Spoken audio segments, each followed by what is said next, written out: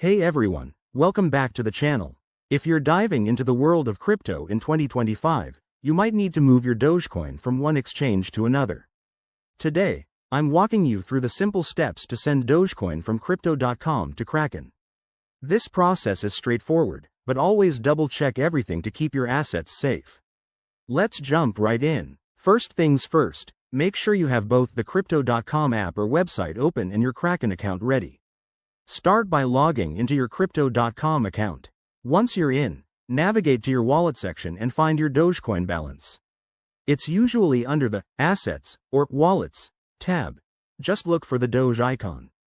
Next, select Dogecoin and choose the Withdraw or Send option. This is where you enter the destination details.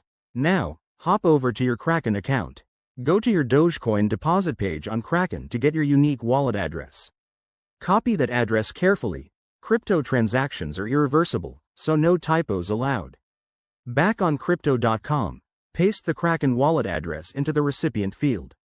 Then, enter the amount of Dogecoin you want to send. Remember, you'll see a network fee here, so factor that into your total.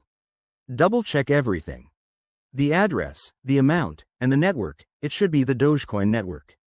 Once you're confident, hit Confirm and authorize the transaction with your two-factor authentication if required.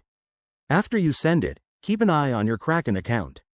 Transactions can take a few minutes to a few hours, depending on network congestion. Once it arrives, you'll see your Dogecoin balance update. A quick tip: always use the correct network to avoid lost funds, and never share your private keys. In 2025, with more advanced security features, make sure your accounts are updated. If you run into any issues, both Crypto.com and Kraken have great support resources. There you have it. Sending Dogecoin from Crypto.com to Kraken is easier than you think. If this helped, give it a thumbs up, subscribe for more crypto guides, and hit that bell icon. Thanks for watching, and I'll see you in the next video.